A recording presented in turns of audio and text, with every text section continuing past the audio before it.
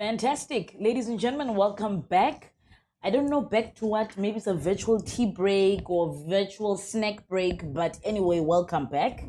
And thank you very much for tuning in. I hope you did enjoy our previous panel discussions with Sanjenta, talking about sustainable cities, particularly where the development agenda of cities is concerned. I did promise you another rigorous discussion and a very fruitful one, which is proudly sponsored by DNG Energy. We'll be talking sustainable energy. So I'm going to hand over to our facilitator for this panel discussion. She goes by the name of Ms. Lungile Mashele, who's an energy specialist from the Development Bank of Southern Africa, and she will be leading our panel discussion alongside her panelists, and she'll be introducing them as well. I really, really look forward to hearing more. Over to you, Lungile, and welcome to all of you.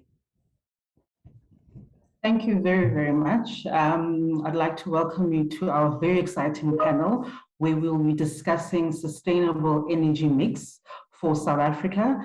I have a very prolific, exciting, amazing group of panelists, some of the most prolific experts in the industry, from gas, from nuclear, so expect very heated, explosive conversations. I'm going to ask each of my panelists to introduce themselves as well as their affiliation, and perhaps just a brief overview of what in their minds is perhaps the sustainable energy mix. I'm going to start with Eldworth, who is the CEO of DNG Energy. Over to you, Eldworth. Good morning, everyone. As we say in my language, Abusheni. And by me saying Abusheni, that is sustainable because I am saying that our language matters. So that is what sustainable inclusion means. It means that every bit of energy that's supposed to contribute to our growth matters. So in a nutshell, we are gas people, right? I come from a firm called DNG Energy. Our primary focus is supplying sustainable LNG to the market with a view of producing gas to power, right? And we do that because we believe it plays an important role in terms of creating a sustainable energy mix. And that is my hat. I'm sticking to it for the rest of the round. Thank you so much. Over to you, David. Okay, good morning, everyone. My name is David Nichols. I'm formally retired, but I spent 34 years at Eskom, ending up mainly in the nuclear field, ending up being the Chief Nuclear Officer of Eskom. I retired at the end of 2018. I'm now actually the chair of NECSA, which is the South African Nuclear Energy Corporation. And I also lecture with other bits and pieces. What is my position? My position is very simple. Sustainable energy means two things. It's sustainable for the environment, and that clearly is the big issue, and also sustainable for the economy. And I think it's important that an economy drives now increasingly on reliable electricity 24/7. We can see the problems in Europe now where they're having major crisis on their gas supply because of cost of LNG and things. And there's a crisis in South Africa since 2006. Our industry has been curtailed because there's no power to power new heavy industry. You can show by simple graphs that we are about 20,000 megawatts short on peak capacity, on peak consumption, and that affects the GDP, which is about 1/3 lower than it should be because of that. But the driving force now in the country is to, inside that need for reliable 24/7 power, to look at the replacement of our coal fleet, which is some 34,000 megawatts going off stream between now and 2040, 2045. And my position is simple. I look at the world experience. I do spreadsheets. We all do that. We all have our little models. But essentially, if the model can't reflect reality, then you've got a real challenge on your hands. And my view is very simply that internationally, the modern new solution of renewables plus a bit of this and a bit of that have not worked anywhere in the world. The countries that have got themselves into a stable, reasonable cost, low environmental situation are those with either the combination of large hydro and or nuclear. And the examples that leap to mind is France is obvious. I'll stop there and move on. We'll definitely get there, that optimal mix and looking at the environmental, social issues, just energy transition. But perhaps let me hand over to Carl, who can then introduce himself. Yeah, it's interesting. Good afternoon, everybody, or not yet afternoon. Good morning. I make this mistake twice today, but I don't make too many more. But anyway, it sounds very similar, Dave. My sort of background to yours. I didn't spend 33 years in one company. I spent about 34, I think you said, 33 years in energy at various companies, starting with the National Energy Council many years back, and now working with the Western Cape government to see if we can electrify their fleet, our vehicles, writing strategies and testing vehicles and doing all kinds of interesting things that are very close to my heart. What I would like to add in terms of sustainable energy is that we should not forget about the small guys, the guys that are not connected to the grid, the guys that are not able to afford what everybody else, maybe the average person, can afford. So I'm looking at solutions that people can do themselves, solutions that might be a bit costly to start off with, but then saves you a lot of money during its operational life. So I am off the grid. I power my home with solar panels, and I also power my car with sunshine. I drive electric and I charge my car using solar panels. We have double the radiation in South Africa than they have in Germany, so that's quite great in South Africa. We can get away with half the amount of solar panels to produce the same energy they do in Germany, for instance. So I would like to take this further, and I would like to see if I can make this affordable to people in Africa. I see Africa as the market that I would like to approach. And of course, you have to do it yourself first before you can ask other people to see yourself as an example. And that's what I'm trying to do. So I'm very for the simple, low-cost solution and making people that typically would be on the back end, receiving the old refrigerators that are not so efficient, receiving the old cars that are more polluting than the new ones, to help them also to get up to speed in terms of sustainability and cleaner air. Thank you, Carl. We're definitely going to come back to you on finding solutions for Africa, where we know that 60% of our population do not have electricity, and how can they do that in an affordable and a sustainable manner. Next, please, Jonathan. Thank you very much. My name's Jonathan Cobb. I'm the Senior Communication Manager at World Nuclear Association, and I've been studying the field of climate change and sustainable development for the past 20 years. I think I'll pick up on the points made by speakers already. It is sustainable development. Two things are required. Energy brings benefits. Energy brings health. Energy helps people get better educations by freeing them from high levels of intensive work by using electronic devices to do the simple things around the house, to give them time to study, to give them time to learn, to give them time to grow as people. And so we must provide enough energy, and that means we have to increase the amount of energy around the world.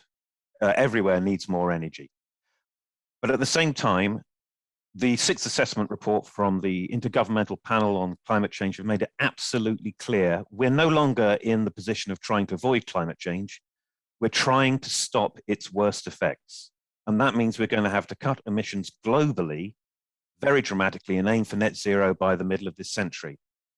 That can be done. There are a whole range of low carbon solutions, not only in electricity, in energy, in transport, in many different fields. It is possible, but it needs commitment to get there. So we have a target, which is for nuclear to be supplying 25% of the world's electricity by 2050, and the 75% remaining to come from all the other low carbon sources, whether that's renewables, solar, wind, hydro, fossil fuels, including gas with carbon capture and storage, or through conversion to ways in which we can remove the CO2. So we do need to look at every option. We've made no progress over the last 20 years. The amount of fossil fuels in the mix is still around 60, 65%. So we need to do something very different very soon. Thank you so much, Jonathan. And certainly not last but not least, we've got Karen. Yes, good. Is it morning or afternoon? Good afternoon, everyone. Good morning. Still morning. Karen Saraj from Sanedi. In the Sanedi environment, I look after the renewables program, but I do not consider myself a purely renewables person. For me, sustainability means we need a balanced blend of energy. And what do we get from that? We get energy security, which is what we actually need. We need energy security in order to drive the economy. We need energy security in order to keep our energy production clean, because it takes energy to clean energy. So the blend is key in this case. In the fossil fuel space, because most people expect me to say go renewables because I'm in the renewables program. But as I say, the blend is key. Now, fossil fuels, the main problem with fossil fuels, everybody keeps talking about emissions and the environmental change and this and that. And yes, of course, that is key.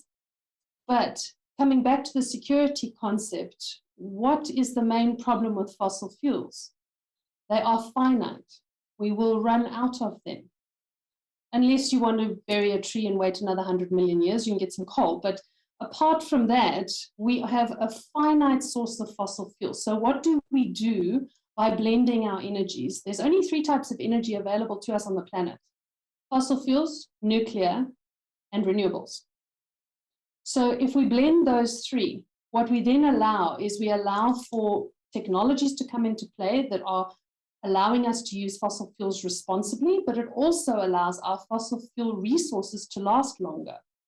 Now, unlike Carl, I do not drive an electric car. I drive a very nice 3.5 litre V8, so I need fossil fuels to be around for a while.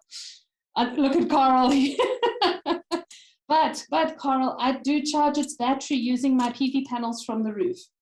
So as far as sustainability is concerned, and I'm sure we'll get into more discussions, my perspective is sustainability needs to feed into energy security, because that's the only way that we're going to grow and sustain our economy. And I'll leave it there for now. Thanks. Thank you, Karen. And last, but certainly not least, Clinton. Thanks, Lungile. And good afternoon, colleagues. Clinton Carter-Brown from the Council for Scientific and Industrial Research. I lead our energy research center, where we do our groundbreaking R&D in the space of energy.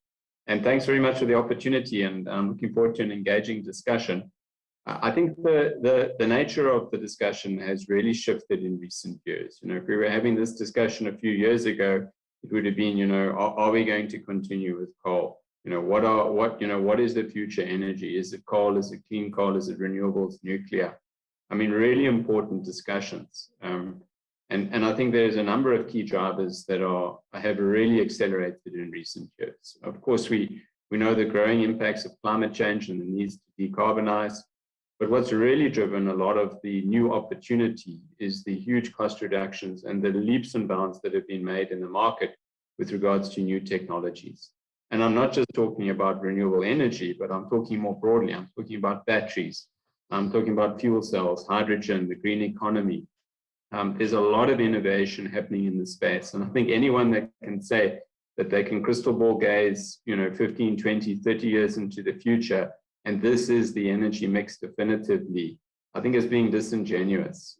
We are looking into the future with a lens on what we have today and understanding what's happened in the past, trying then to not necessarily place winning bets in terms of technologies. And I think that can be very controversial and doesn't necessarily take us forward in terms of understanding what is the full suite of options, and how then do we balance the opportunities, the job creation, the risks, the impact, the energy security, as then leverages South Africa and Africa's unique resources and potential. We're blessed with uranium, we're blessed with coal, gold, diamonds, wind, PV, minerals and materials that are required in batteries. We're not blessed with lots of water in South Africa. Otherwise, we would have already developed that. So it's then about understanding what are those different options, because we all know that we need to accelerate the decarbonization of the coal fleet. And I think these are now the emerging sort of central themes of convergence. The question then becomes, what do we replace it with? And what are the decisions that we need to start to make now versus decisions that we can make in the longer term? And how do we start amongst that journey? And how then do we localize content? And how do we create jobs and create the electricity that goes in to kickstart this economy? Because we need energy now. We're not talking about we need energy in 10 years' time. We're saying right now, South Africa needs to procure at least 5 gigawatts of energy. Regardless of the technology, we need it now because we are critically constraining the economy in terms of the inability to match supply and demand. And of course, I think we all have a role to play in that, in terms of what those opportunities and futures look like. Thank you.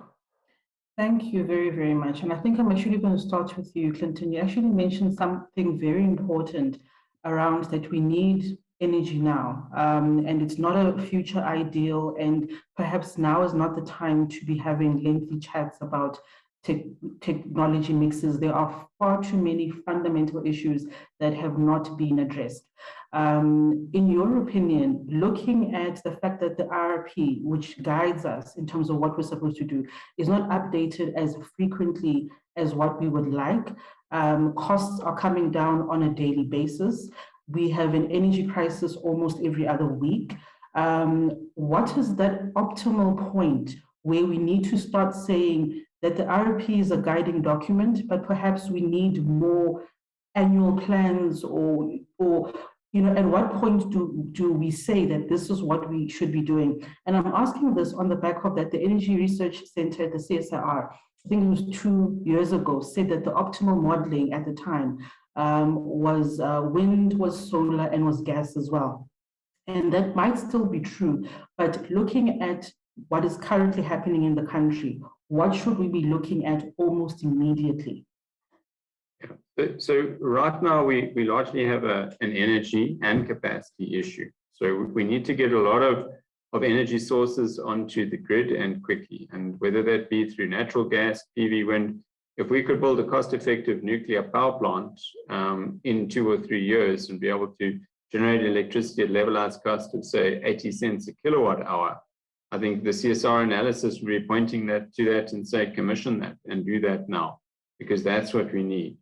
We, of course, don't want to be irresponsible and lock ourselves into 20, 30-year offtake PPA agreements that our children and grandchildren might kick us for in terms of locking in carbon, locking in emissions, locking in costs. So we need to balance the speed and scale of deployment with longer-term sustainability. But the good news is that we have the technologies today to do that. And I think it would be a place. There's a role of a DNG in there. There's a role for many in terms of, for example, natural gas and renewables as the quick options that would create energy and create capacity, enable us to, for example, more effectively use the pump storage that we already have, and to grow out the energy storage. Eskom are procuring large amounts of energy storage. So the solutions are there, and I think we are already seeing that massively unlocked.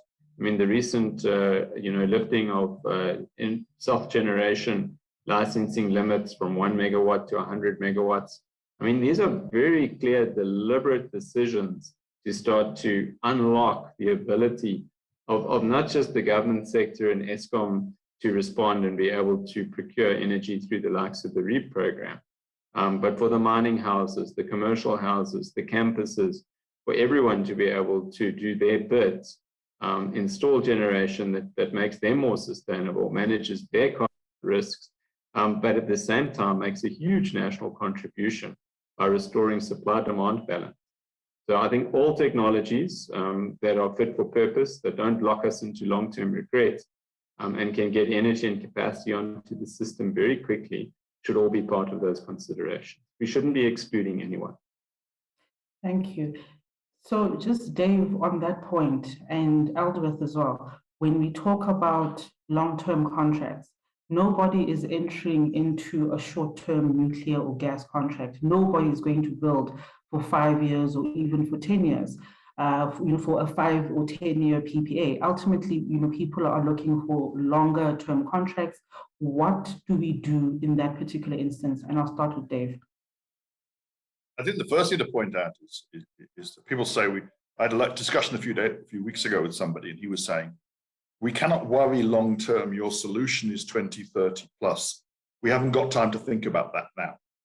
And my response is very simple. We are in the problem we are now because in the mid-1990s, Eskom said we need more capacity in 2007 and was told, no, the free market would do it. Eskom, we changed the energy model of this country in about 98 theoretically, when we said Eskom will not be the builder. Eskom's not the supplier. It is the free market. So the answer to the question is, I think we've got to separate out. There's going to have to be, and there has to be in every process, two discrete sets of plans. One plan, as Clinton was saying, is we have crippled the economy for the last 15 years. If you look at our GDP and our power demand curve, the unemployment is a function of the energy policy of the 1990s to a large extent, because we didn't build large industry, because industry doesn't build that power. So we have a short-term crisis, and to use a word that is going to, I'm sure, be brought up by somebody, but I'll bring it up. So the idea of bringing a power ship in and plugging it in and taking 1,000 megawatts in that way is a medium-term activity. We can argue how long it should be, 5 years, 10 years, whatever it is. But we must still be putting in place the solution for what gets us back to a situation where we have abundant low-cost energy to feed the economy. And no major project, I'll be realistic, no major project, be it gas or coal or nuclear, even in a sense, renewables, now come on, say, is going to happen in the next 10 years. Because if you look at those differently, nuclear we know about. Gas, we've got to build a significant infrastructure of gas storage.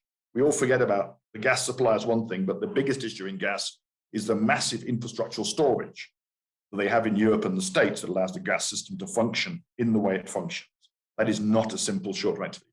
Coal, I'm not sure we could finance it, but it will take you, environmental, take you 10 years to get there. And even renewables, well, there's discussions going around that although the IRP claimed that there was no need to model the economic impact on the grid costs of different energy technologies, there is now open discussion of, I've heard figures range from 60 to 180 billion rand of grid improvements to make the renewables function. And the Germans are showing us that their move to renewables, the need to get the power from the north of Germany where the wind is to the south of Germany where the industry is and the nuclear power was, has been a massive challenge for them. So I think we've got to recognize there is a short-term drive, in which case it is whatever you can do to make power that's reliable and reasonably economic, and I use the word reasonably carefully there, because versus a longer-term plan, which you then roll into, which allows you to have an economy in 2035, 2050. But, and then in the longer term, when you're very careful, because as soon as you put fossil fuels into the longer one, now, I heard my friend from WNA talk about carbon capture and storage, and I will comment that I think no one's actually made it work yet, and no project's really got anywhere on that. But if you discount carbon capture and storage, and I personally technically do, you end up saying no fossil fuel plant is going to have a lifetime more than 20 years post 2030. Therefore, if you're going to do economics on a new coal station, which is going to be planned and started in 2030, your problem is going to be you've got 20-year life. You can't move beyond. And natural gas has similar problems. Everyone says natural gas at the point of combustion is better than coal. But if you leak 5 to 8% of your methane supply, which is industry practice, methane's 84 times worse than CO2 as a climate change. Right. So you end up with a massive problem that your leakage in your supply chain can be argued makes natural gas worse than coal as a climate change activity in the next 20 years. So I think we've got a challenge, but to me the issue is, don't just say that because there's a crisis tomorrow, I must not worry about the long term. Mm-hmm. The long term is what's going to get us. We're here in this country because of decisions made in the 90s. And it seemed good in the 90s, it isn't so good now. So two plans, short term and long term, very different, but make sure they're both equally addressed. Thank you, Dave. Aldo. Well, Lungile, you did say that there will be fireworks. So that whiskey, I'll put it aside now. But I mean, in a nutshell, what Dave is saying is 100% correct. We have an immediate problem, We need to solve it now. If we don't solve that immediate problem, we might as well not have a country tomorrow, because specifically on a country like South Africa, where we have a serious issue of jobs.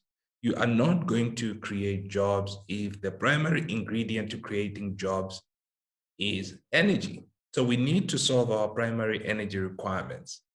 And one of the things that we recognize as DNG is that, yes, we supply natural gas, but if you look at how we plan to roll out our projects, we are actually carbon conscious.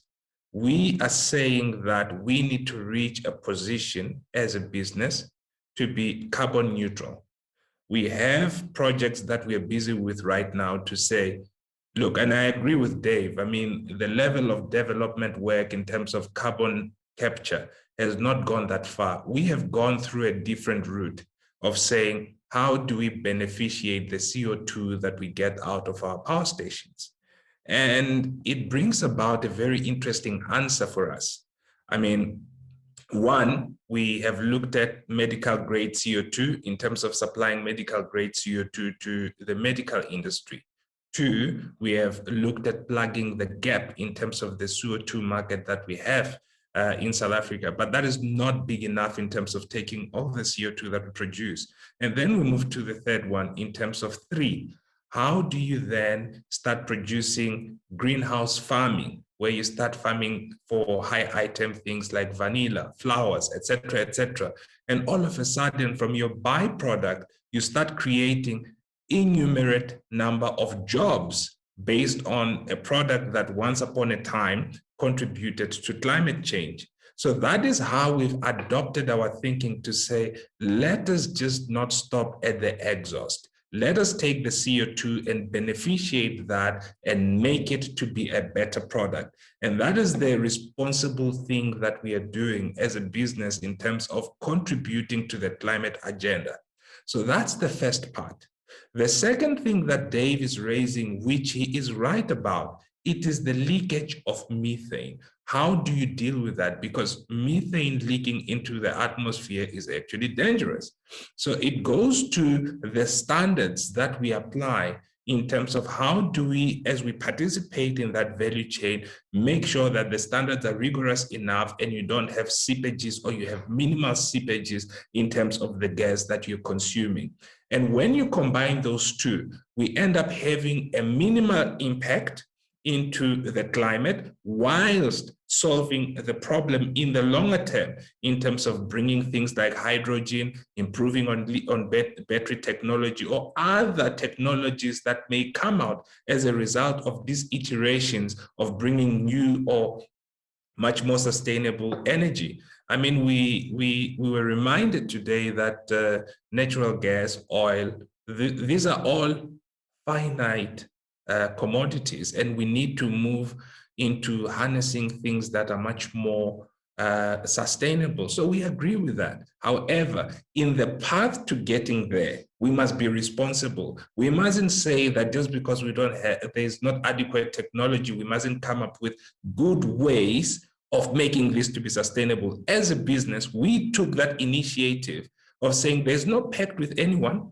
We believe that climate change is a reality, and we are going to play our projects in such a way that we have an almost zero carbon footprint as a gas business. So that is how we've approached it. So I guess from that perspective, we are aligned. We need to solve the immediate problem and the long-term problem. The long-term problem solves itself when you take care of the immediate problem and start having economic growth. So that is the response that I have to say, that you have to be responsible in the process of trying to get to a carbon neutral position. And we believe that we're a responsible contributor in terms of being part of the energy mix. So thank you. Thank you, Albert. I think what's coming out very clearly from what Clinton, Dave, and yourself have said is that there's certainly two parts that we should be looking at. One is the immediate, we have a crisis on our hands and we need to solve for it immediately in any way that we possibly can, with considerations obviously for environmental impacts, the economy, but of course there is the longer term view. And it's in that longer term view where we need to now start saying, where does South Africa see itself? Are we looking at net zero? Are we looking at carbon neutral? Are we considering any other factors? And one of the key things that have been coming up driving to this is around the just energy transition that I'm sure many of you are aware of, that Eskom has been embarking on. And they've come out to say that to drive their just energy transition, they're going to need about 400 billion rand. This is conversion of the coal fleet into gas. This is obviously new renewable plants, number of different initiatives. And my question to you, Carl, is that does this address Africa's issues, number one? So I understand the just energy transition at a philosophical level, but is somebody who's sitting in Inanda, in KZN, going to benefit in any way? What does it mean for them? Many countries have embarked on this just energy transition. We've seen what the electricity costs or the tariffs have been in Europe, now UK recently with the gas price. What does this mean in practical terms for somebody in rural South Africa? Carl, do you want to go? Well, you asked the question to me and Karen. Doesn't she want to go first, maybe? Ladies first, but I'm welcome to go if she wants to think about it, Bart. No, that's fine, Carl, go ahead.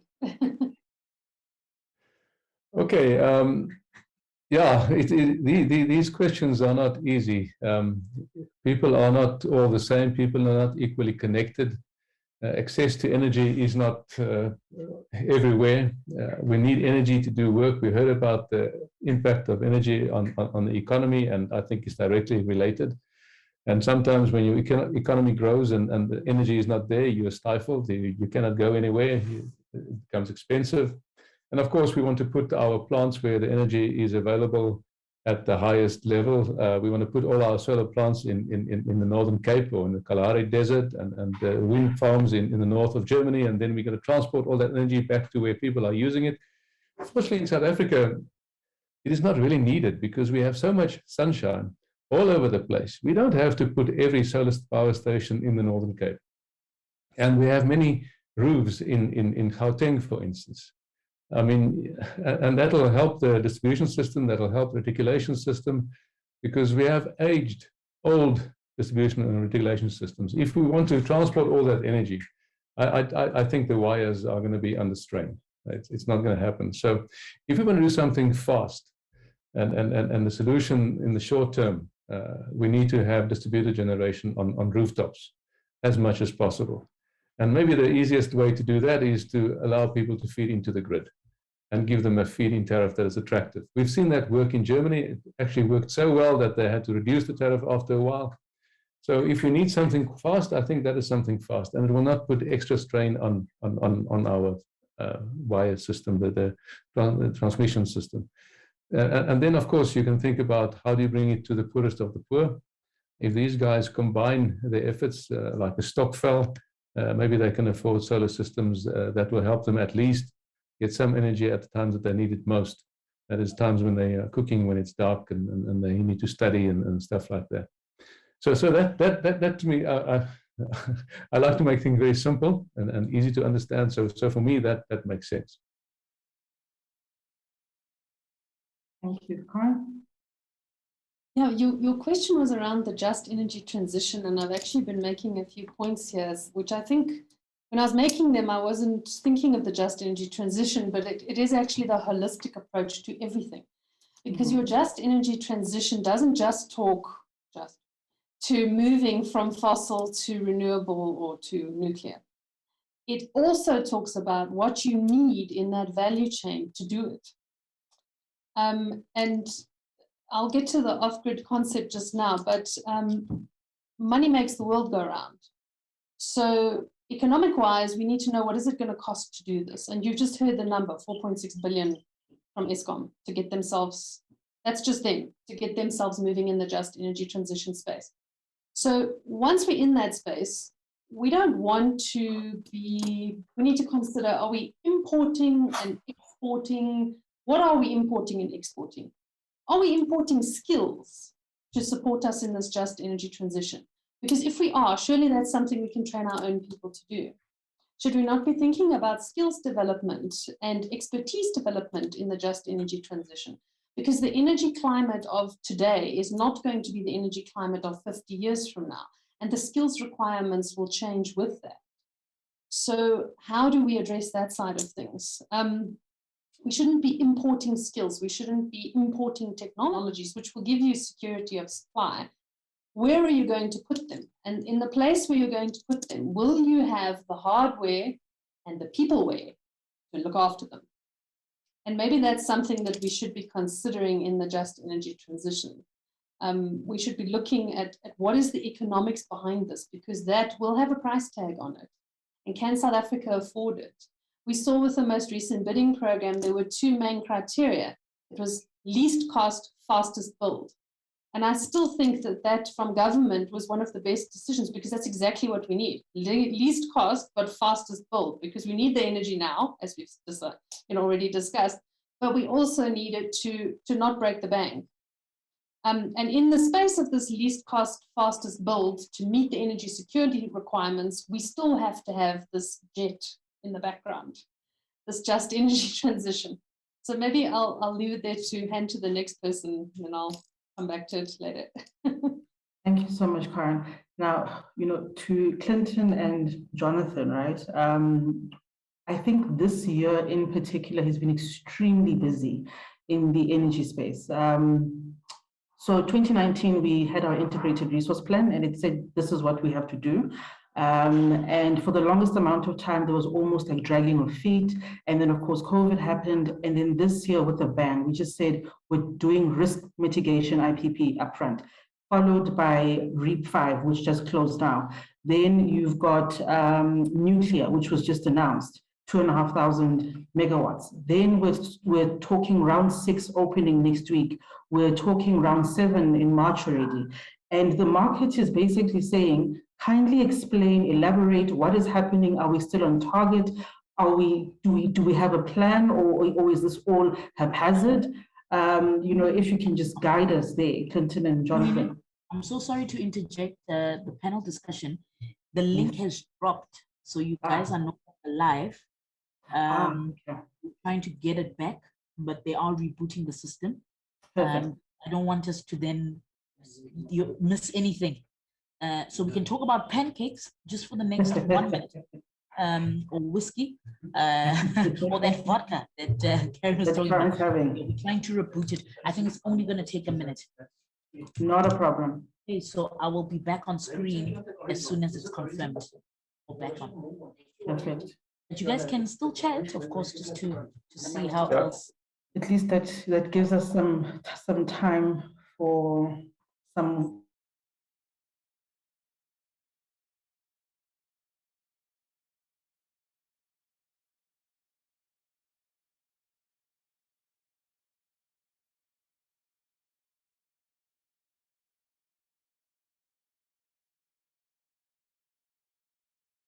Do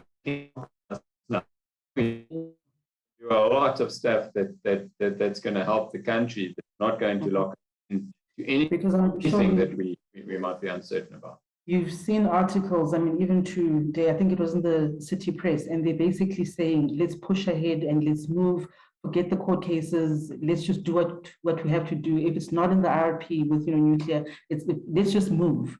And of course, market is coming back to say, are we still following policy? Are we still doing the right things?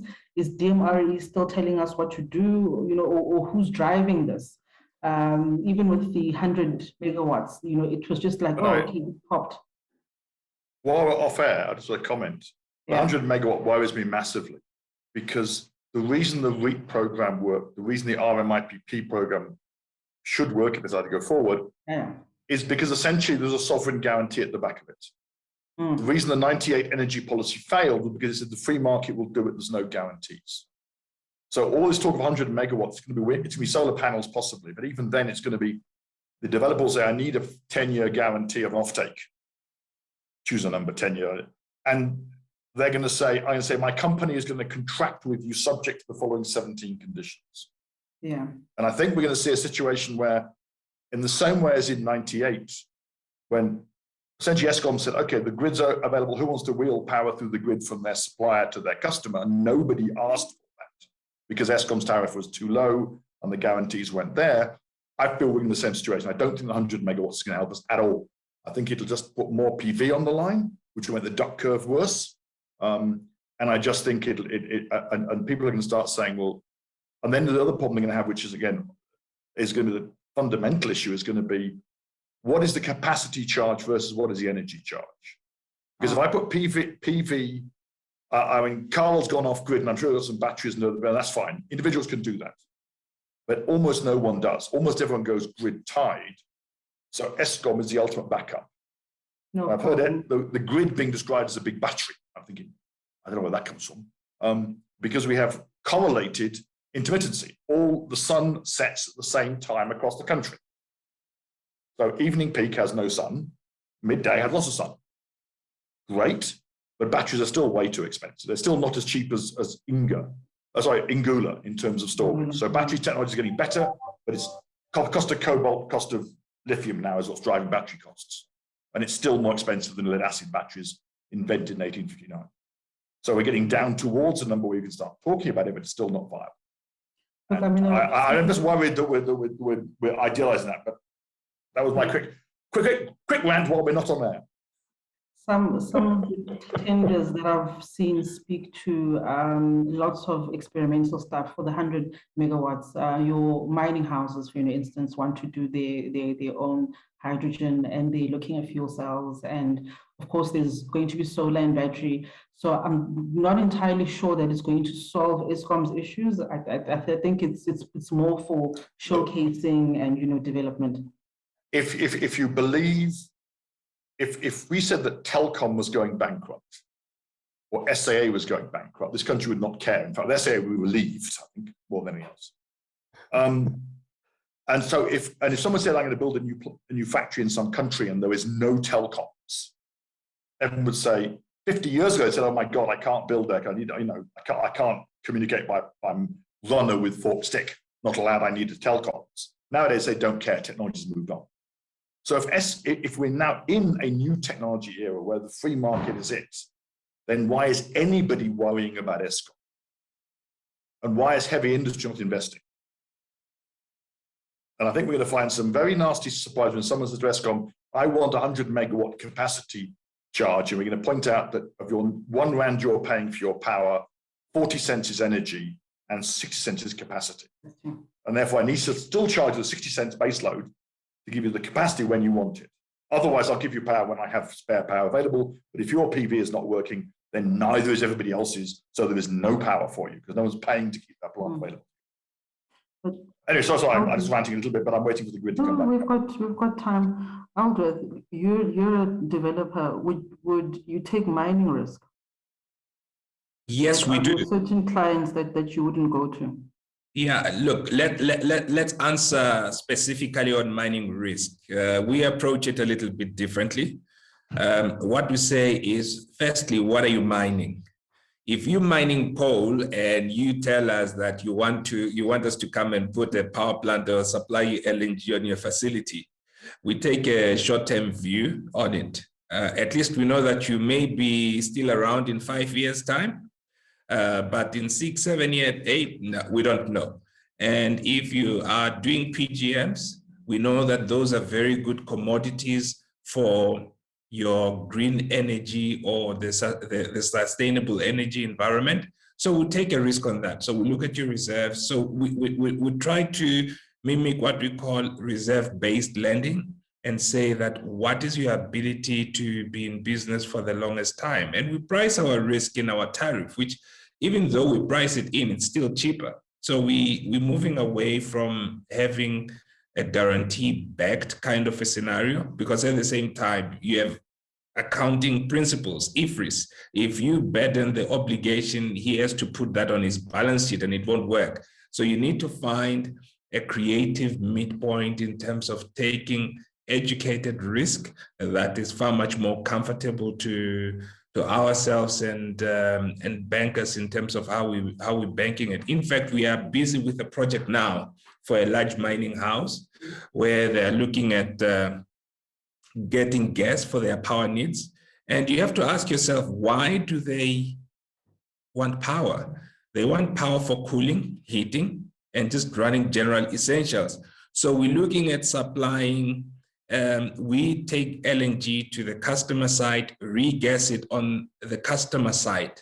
And as we regas, we start chilling the water as part of the heat exchange process. By the time the energy gets into underground the shaft and they're producing ice for their air conditioning system, they're not using that much electricity to be able to create that ice that they want. So as a result, from a levelized cost, it becomes a very efficient costing methodology for them to be able to do that. And then on the spare heat that you generate from your heat exchanger, you supply the heat. So those are solutions that we've been able to create and busy executing. So it is something that we're looking at doing. It's going to be exciting, although yeah, like I'm saying that I'm seeing a number of things. Even if you look at BMW, they didn't go solar. They out in what's that place where they're using biogas? Yes, they're using biogas there, and even your APSA in town, your what's that building, West Bank also. I mean, they're all gas. We back live, so you can go on. Awesome stuff. So I'm going to ask my question again to Clinton as well as Jonathan. We've been seeing a lot of programs coming through. It's been the risk mitigation, IRP 2019. Nuclear was just announced, 100 megawatt embedded generation. It looks like a confusing statement to the market, and it looks like it's an uncoordinated approach. Please take us through what you think is happening and what government is really trying to address here. Maybe I can start. I think we all acknowledge, and government as well, that the plans that we presently had in the table, the RP 2019, is now quite dated.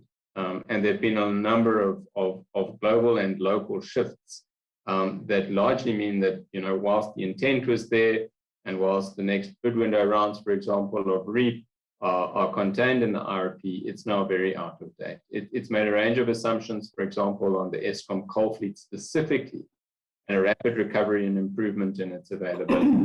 It's not happened, and I think the trend in Eskom's own insights from the CEO is confirming that is unlikely to be restored in the short term. So I think everyone acknowledges now, and I think that is why we saw, in fact, a lot of analytics behind the 100 megawatt decision. It wasn't something that the president announced on a whim. It was something that was unpacked through Operation Bulendlela, National Treasury, and others, looking at it in some detail, and then saying, what is it that could actually result in the step change? And what we see then is that if we were to revisit the RP now, and we were to say, what is it that we need to do in the short term, medium term, and long term, there is a synergy there in terms of overlap, in terms of we need to bring gas in quickly, we need to bring in renewables, PV, wind, and batteries quickly.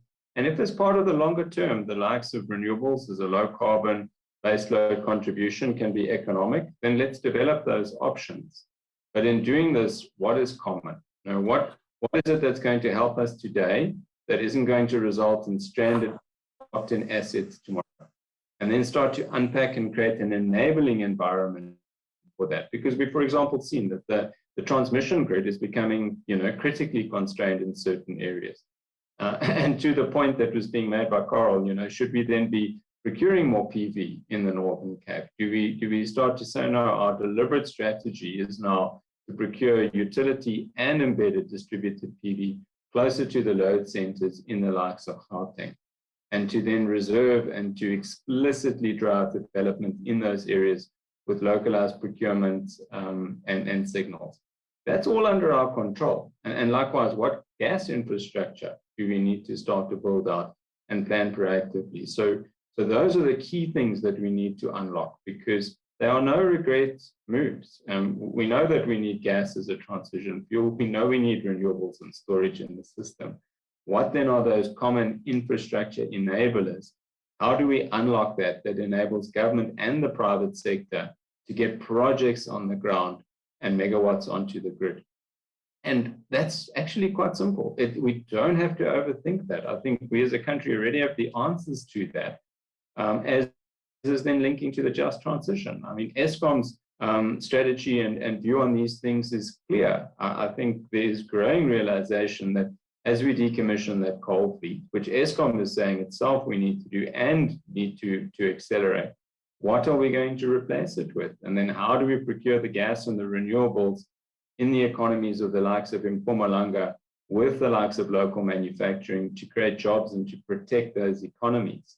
So there's a lot of thinking that's been evolved over, say, the last 5 years, and there's a lot of opportunity for the country. What we mustn't do is get into an analysis paralysis of IRP and models and this and that. We know we need to procure a lot quickly, and we know what those technologies are, and we also know where the areas of need are in the country and where we can then procure them to then have local economic impact. We don't need to overthink that, but then we need to make sure that the infrastructure that supports that is invested in proactively, that the Eskom transmission grid is ready, that the municipalities are ready so that we can do that and do it quickly. Thanks. Thank you. Jonathan. Yeah, I like the idea of markets asking what's going on, because more globally, liberalized markets have just been absolutely failing in terms of delivering security of supply in markets, failing in terms of delivering emission reductions. If you look what has happened in Europe, and particularly in the UK over the last couple of weeks, with prices spiking for gas and for electricity, and the potential for food shortages as a result, that is actually the market doing market things, but it's not delivering what we need as a society in terms of our energy and the broader requirements that there are. So I think there's clearly a short-term problem that needs to be addressed. South Africa's got a short-term need, but I'd put it like this. Basically, imagine there's a global water shortage and your house is on fire. You're going to pour the water you have over the fire to put the fire out. That's your immediate need, but then you're going to be left with less water. And that's the situation. What you're doing if you're moving into using more fossil fuels, even going from coal to gas, you're fixing a problem with another problem. And then you're going to have to deal with that problem, and that problem is going to be bigger. So if the lesson is that it should have been back in 1998 that a clear, long-term, sustainable energy policy was put in place then, it hasn't happened, and that's why there is the issues there are now. That doesn't mean just firefight and fix the issues at the moment. Have to look at still the long-term plan, learn the lesson of not having that policy from 20 years ago and set one in place now. And that may mean you do have a use of gas where in 10, 15 years, you're going to do your very best to try to close it down again, having just built it, because you by then can start to bring in the longer term, fully low carbon, net zero energy system that you need. So I think that's a key thing. And I suppose one other thing on just transition as well, I think there's a vital point there. And one of the things about nuclear is that when you build a nuclear power station, it is a huge project with a huge number of jobs. And so you have a rolling program of construction that can generate a lot of local economic activity, local investment, and build up local skills. And the plants run for 60, maybe 80 years. So what you're doing is you are putting in place jobs for people in the places where the generation takes place. You're not providing jobs to the places overseas that are manufacturing, say, solar cells and wind turbine blades and so forth. So there is a benefit of having that investment for nuclear that needs to be taken into account when you're looking at the long-term plan, looking at all the economic, the costs, the different justifications there are for investments. They do need to all be taken into account. So whatever needs to be done in the next 6 months, in the next 2 years to address the problems of now, it's vital that that doesn't stop the longer term look at what should be the target. Thank you, Jonathan. I think what's very clear is that looking at how we are, going, this is speaking to, in the long term, looking at the economy, looking at industrialization, localization, looking at how does South Africa take itself out of what 2020 COVID has basically done, and perhaps using that as your base going forward. And I know that at the CSIR, that has been a key component of your modeling for our energy system. Are there any, changes or perhaps additions to how modeling will happen in future, given all the disruptions that we currently face? It's an evolving environment massively, and the whole role of broader decarbonization of the economy, because this isn't just an energy issue. This is about supporting the whole economy across, water, agriculture, infrastructure, and electricity is only half of energy. So we need to be looking at then how do we transition the likes of heating? How do we transition the likes of transportation? So I think the work there that Carol is doing in the Western Cape, for example, is key. How do you transition your local vehicle manufacturing market to sustainable fuels, whether that be through direct electrification in batteries, or with hydrogen and fuel cells, or even clean synthetic fuels. We as South Africa are globally positioned to be a global player in energy going forward. Not only in terms of exporting things like we've done in the historically, like coal and uranium, but because we've got good wind, land and sunshine, the ability then with these like Sasol have perfected since the 1950s, to be able to also generate clean electricity on a large scale, producing clean hydrogen that we can then turn into, whether it's ammonia or other clean fuels like methanol, and then supplying that into an international market that is going to need to decarbonize and will need those future chemicals and fuels. So within that context, when we looked at energy planning, say 5 years ago, we would have been largely electricity centric, would have been largely South Africa centric. Now, when we look at energy, we need to look at energy broadly, not the integrated resource plan, the integrated energy plan, not just for the country, looking globally and say, how do we compete in a global energy market where we can be an exporter of energy-based product because we are set globally, given our natural resources. And that's a very, very different problem and opportunity. We start to look at things not sort of myopically in terms of, we making trade-offs here, winners and losers in terms of jobs and economy and regions, but starting to say, now, how do we make the cake bigger as opposed to slicing up a smaller cake? And I think that's where we're seeing a lot of opportunity, and where we need to just think differently as a country. We mustn't be self-limiting in terms of, and as a region, as Africa, we mustn't be looking at it just from a local domestic market perspective. We must be saying there's a much bigger opportunity here. And the likes of nuclear can play into that environment if it's cost effective. Also in terms of large-scale desalination of water, hydrogen production, there's a lot of opportunity in the space across all of the technologies. But we must also make decisions now, because we can dream, and as a science council we might have the models and say 2050. I put it to you that follow the money. Where will the banks and the lenders put their money in now, that they see? They'll do their homework, they'll look at the risks, they'll have their advisors, their owners, engineers, they will pay the best lawyers, the best legal, technical, financial and risk clients. And I put my money on it. They would be betting on a combination of gas storage, wind and PV, not because nothing else out there won't also be able to contribute, but because in all of those scenarios, that's going to be a very good financial return when one balances risk and reward. But a very different environment when we start to look globally as opposed to just start to think locally. And I think that's where we must really change our mindset here. Thank you. Now, Dave, There's the 2,500 megawatts of nuclear. I know that you're very excited about this.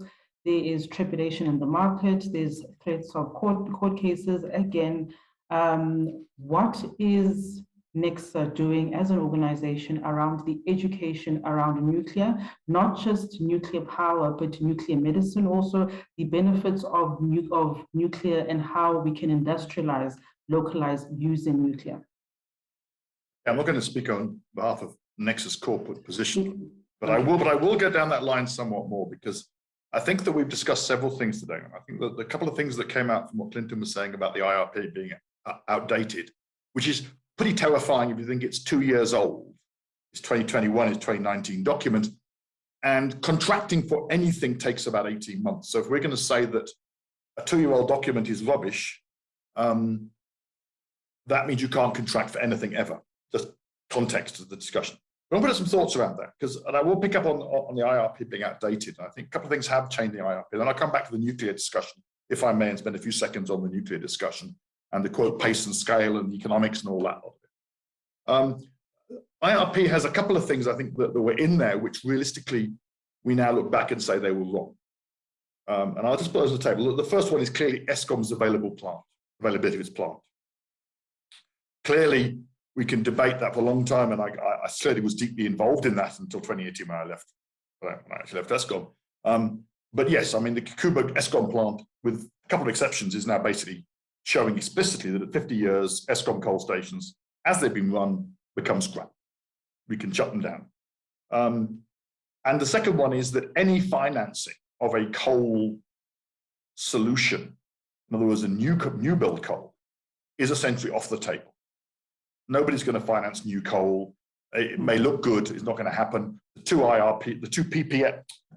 IPPs that were approved have both collapsed. I think there's no point of it. And the other one to go with that is the Korobasa 2,500 megawatts, so the Grandinga 2,500 megawatts. Realistically, it was a nice idea, but basically there are too many countries between us and Grandinga, and it's too far away, quite bluntly. So those are a couple of things. The other thing I think has come out recently in discussion, and it was ignored in the IRP, was the grid strengthening costs. I mean, it's worth bearing in mind that the Northern Cape's been discussed several times. Well, at evening peak, the 4,000 megawatts of power lines that feeds from the Northern Cape into Mpumalanga does nothing because it's virtually all PV.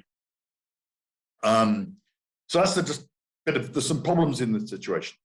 And I think natural gas is also interesting, because I think natural gas will have the same environmental concerns in the next few years that coal's already had.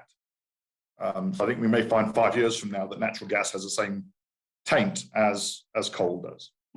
But I want to talk about nuclear for a second, because I think it's quite important. Talk about stranded assets, and I love to see Carl there, who's nicely sitting in the Western Cape, which has been beautifully carbon free for the last 35 years, courtesy of that 2 concrete lumps up the road from called Coburg, which is now being extended out to 60 years, with realistically good 80 years. The US already licensed stations to 80 years. And if you put Coburg's current costs and you put the current market price of power, I'm going to say it's 90 cents for this discussion, you end up with about 7 billion rand a year free cash coming out of Coburg. Coburg doesn't have a PPA, of course, it runs as part of the Eskom system, and it's the one station that is not a stranded asset. It'll be going for another 40 years, hopefully. And the site will hopefully be going for much longer than that. If you put that 7 billion rand and you get export credit agency financing for new build nuclear plant, and you then take that a bit further, you realize that you can get loans for nuclear plants very easily. The Egyptians just got $25 billion for their 4 units at 3% nominal in dollars. So if you put the ECA financing in there and you put the balance of the stuff coming from the Coburg financing, you can finance the entire ring-fenced nuclear activity. That's the rebuilding of research reactor at Pelindaba, and I'll come back to that in a second. It was approved last week at the cabinet, we understand. The need to finance NEXA as a research institution with the nuclear waste at R1 billion a year, you can finance that. You could also finance a small modular reactor program separately from building a couple more machines at Coburg with this kind of money. So general comment to you is that the economics is simple. If you ask the Russians, the Indians, the Chinese, the South Koreans, the Finns, they will tell you that nuclear is the cheapest option on the table. But if you don't ask for the numbers and you put faulty numbers in the system, you get faulty answers out. In terms of the other part of NEX, which I think is worth mentioning, it is something we don't recognize, that in South Africa, 20% of all the radioisotopes used in any hospital anywhere in the world for medical procedures comes out of Pelindaba. That's the one, it's the biggest single industry we have as a percentage in the world. And a radionuclide will be leaving the reactor core at Pelindaba at 6 in the morning and will be in somebody's body in a foreign country the next day. And that is a substantial amount of financial, and it was very exciting to see that the cabinet agreeing to the next stage in the process to replacing Safari 1 with another reactor, probably around the early 2030s. So that's the beginning of a process. But yes, I think, and the last comment I'll make is just energy transition. If you look at Mpumalanga, and I'm going to be a South African for a second, we do 3 things in Mpumalanga. We dig rock out of the ground, we turn rock into energy through a power station, and we grow mealies. You've got to put some serious power stations into Mpumalanga to do something to replace the power station bit. And the value of those sites with the HV lines coming out, transmission lines coming out, the very much brownfield sites that have environmentally no impact, and the population development, I think that we've got to build a serious industrial process in Mpumalanga, and replacing the 34,000 megawatts of large coal stations with small modular reactors over the next 20 years would be the way to get Mpumalanga back into business again. And it will be no long-term concern, because you wouldn't have an infrastructure that you can't use post 2050 because of gas. And I hear the comment from the gentleman on the gas side about gas, about net zero CO2 gas usage. I find that somewhat difficult. There's use for carbon. It's like Eskom trying to get rid of its fly ash from the coal-fired power stations. There's millions of tons a year made. There is a company which sells fly ash to make bricks. It uses about 2% of what one power station makes. So there is a need for CO2, but it's tiny compared to the production of CO2 and leak methane in the world. So you asked me for a little rant, you got one. Lungile. Thank you, Dave. Carl, we are seeing more and more homes going off grid, or partially or still grid tied. I'm one of those homes, and so are you. And the question then becomes, looking at the growth plans that Eskom has, for instance, and what is being modeled out there, what does it mean ultimately, looking at the cost of electricity that are increasing on a daily basis? You've got grid defection also, and you've got perhaps people who can afford electricity choosing to go off grid. What does it do to the Eskom and to the utility revenue model?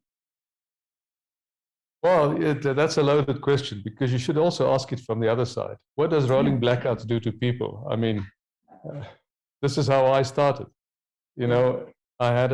I ran a business out of my home. I had 4 people working in a back office, and suddenly the power was off, and I had to entertain people for 4 hours instead of them working. we talked about other things. So first of all, I put in a UPS system. I started with the batteries and just to have power for the computers and things that we used. And then it expanded. It expanded into a solar system for my home, a backup for the home, not just for the office. And I found that I could put solar cells on the roof, and I did all this myself. So it was a nice explorative journey. It was a journey that I learned quite a lot. I also had geysers, passive solar heating for my geysers. I found in the winter that doesn't work so well, but in summer it's great. And now I have these geysers all off grid. The old solar system that has now lost about 10% of its capacity. It's about 20 years old. It's still powering the geysers. Doesn't power the homes anymore, but it powers geysers. And I've already replaced one of the geysers with a heat pump, so my demand is much lower. I have 6 units on the plot that I live, my own house, and then 6 other units. I divided the previous office and the previous house into smaller flats.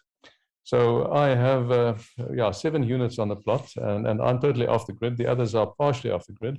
I'm planning to take them off the grid soon because I find that it's becoming very affordable to do that. And by affordable, I mean that payback time is about between 10 and 12 years, depending on how much energy you use. And of course, you can manage your load. I place my solar panels facing east and west, so I have a much flatter supply curve, and I use almost all my energy. Typically, there's a lot of waste in solar energy. People don't use the peak in the middle of the day. I use the peak. I charge my car, I heat my geysers all in the middle of the day, and I don't have to do that at night. So I store energy in batteries, and I store energy in hot water. And I find that helps quite a lot. And of course, because my car is also electric, I store energy in the batteries of the car. So I drive on sunshine, and makes the payback period come down from 12 years to 8 years. And that is really what should be happening. You cannot, well, you can, of course, but it's not ideal to use Eskom as a battery. And Dave has mentioned that. Are you abusing the system? Of course, if Eskom has got big storage, that is the way to go, because then you can all use the same storage and you don't waste money buying storage for everybody else. But that is not there yet. And I think municipalities should be doing that to help themselves in terms of managing their load and costs towards Eskom. But you were talking about the smaller people, and that is what can be done. I mean, I didn't start out with this with stacks of money. I started with a small amount of money. I bought 6 batteries. And as you get the savings, you have more money available to expand. And that's how you start. This journey of mine is now about 15 years old. And I'm totally off the grid in my car as well. So it's not an overnight thing. But I believe in South Africa, if you want to start this, you should train people. Train people to understand energy. How many people do understand energy? It's becoming a crisis, and it's a central thing to your economy. People need to understand energy. They need to understand how they use energy so they can use it efficiently. They need to understand how they can harvest energy from the sun, from the wind, wherever, so that they can do it themselves. You know, you train them, and then you empower them. You make it possible for them. You create an enabling environment so that they can do this themselves. And if you have many people doing this, then energy becomes a lesser problem. I'm not against any other energy sources. I'm just saying, if you want a quick one and you want people to empower themselves, in a country like we have, where a lot of people are without jobs, train these people, get them started, make the technology available to them, create an environment where they can play with energy and learn about energy, explore various ways of generating energy, supplying their own needs, understanding their demand curve. I think then you have a population of people that are energy aware and understand how to work together with each other to get a solution for the crisis that we are in. Thank you. Now, Karen, if I want to be a mini Caro, or or I'm a corporate or an industry, and this is the route that I'd like to take, what support can Sanedi provide me? That's a bit of a loaded question. I actually came off a chat earlier this morning with somebody who said, my friend in Botswana said that you can get my house on solar. And I sort of said, well, what kind of solar? What do you want to do? And he said, just solar. So this is also something that I want to pick up on what Carl said, because this is something that is cross-cutting. So it's really at any scale. But Carl said understanding energy. Yeah. And I like that expression because, Carl, since we last saw each other, I've actually developed a series of seminars called Understanding Energy. Excellent. Well which done. I deliver on a regular basis to anyone who will listen to me. And the concept behind it is really for people to do exactly that. So they are not technology heavy seminars. They are in fact information seminars. They're for anyone who wants to listen. And what I talk about is understanding energy, and then understanding energy in South Africa. Mm-hmm. And what are your options in there? And one of the main things that I think that understanding energy needs to contain in it is people need to, the human factor is very important. So if people don't grasp and understand what is required of them for their own energy requirements and security, it's not going to work anyway. So like the guy that contacted me this morning and said, make my house solar. So I said to him, right, what do you want? Do you want a solar water heater or do you want solar electricity? And he said, oh, is there a difference? But I get this a lot, and I get it across the scale. I get it from homeowners like that, but I also get it from industry people saying, we want solar. But I keep saying to them, you know, so to understand solar energy, the sun gives us two types of energy, heat and light, and we can use both of them differently. So what do you want to do with them? And how are you going to use them in the best manner? So my first step out of the gates is go energy efficient in both spaces, electrically and heat. Go energy efficient so your demand is way down. Why? Because it's going to bring your costs down ultimately. If you can bring your demand down and still function normally, so it's not that you have to now, you know, suddenly stop showering. You can still function normally, but the way in which you do it needs to be executed in the right manner. So, for example, as Carl said, with his showers and his solar water heater in winter, not so great, so he has to top up with electrical. You have to be willing to adapt to that. I put PV on my roof earlier this year, so I started off small with and did it like Carl in increments. So last year on Women's Day, I empowered myself by putting in a battery backup system in the house myself, with the help of my dad, who's a genius in these spaces. So he and I cut holes in the wall, wired up a battery system, and essentially that battery was then charged by Eskom, so that when Eskom goes down, at least I still have electricity coming into the house. But I'm still paying to charge it up. So I saved up enough money to put PV on the roof. Now that battery is charged by the PV on the roof. But what it means is I cannot be doing ironing and have the kettle on and have the geyser running in the middle of the night, because it's going to drain my battery. So I have to change my behavior to suit my energy source. What I often say to people is, sorry, Carl, but what I say to them is, don't go off grid. It's not good for you, and it's not good for the grid. Because, well, you know, I push the limits, Colin. I know. But really, it's not beneficial to either. You can supplement your energy supply after you've become energy efficient, and then you can actually use the grid as something that is there when it's necessary for you to be able to tap into it. I mean, with my PV that I put in, we had quite a lot of rain. I think it was around May, it was late rain. And I must say, we had about 2 weeks of clouds, and the battery and PV systems couldn't cope. They needed Eskom as a backup. So if I had gone completely off Eskom, I would have been sitting with power challenges or electricity challenges. So it's things to consider. So now from Sanedi's perspective, we offer sort of not so much, I mean, I'll give you advice in the domestic space based on what I've done myself and you know, colleagues and things like that. But looking at a larger scale, you know, what are the options? So like I say, first thing out of the gate, energy efficiency. Energy efficiency comes with tax incentives that are already in place. Those tax incentives are administered through Sanedi. So if you can bring your electricity consumption down, you can then claim tax back on that electricity reduction. So there's that Sanedi already administers. There's a lot of technical expertise where we can look at your systems. And in fact, I'm doing more and more of this lately.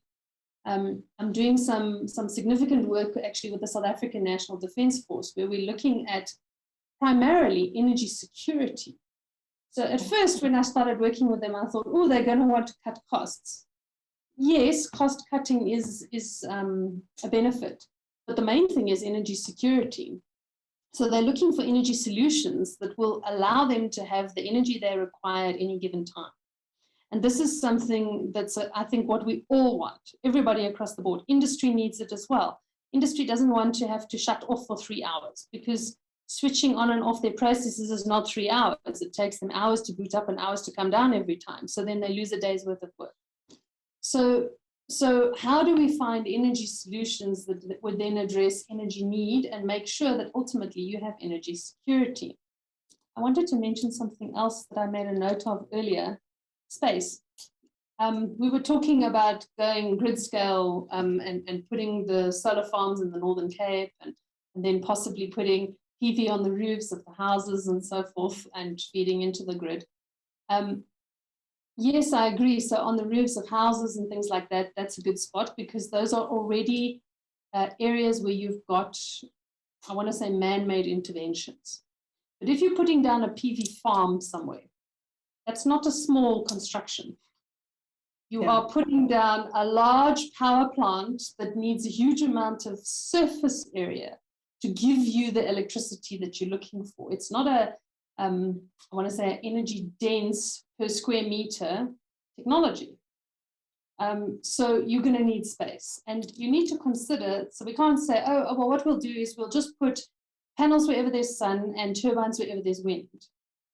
We can't, because are you going to now go and dig up you know, a nature site where there's some very extremely rare owl or something that only breeds there on the second Sunday in July, and now you've put a wind turbine there? You need to consider these things. So there is, in fact, government has and CSIR was involved in the development of this, a renewable energy development zone map that will tell you where the best areas for the large developments can be. It will also allow you to work in tandem with the EIA process to accelerate rollout of these kind of things. So cutting the time frame down in terms of getting your EIAs approved and so forth. But as I say, if you're going to put PV on top of a building, it's not like you're going to be doing an EIA, you've already got a building. So we need to consider the scale at which we're going to do these things. Included in that is also costs. It might cost more or less, usually a little less if you're putting it on top of a building.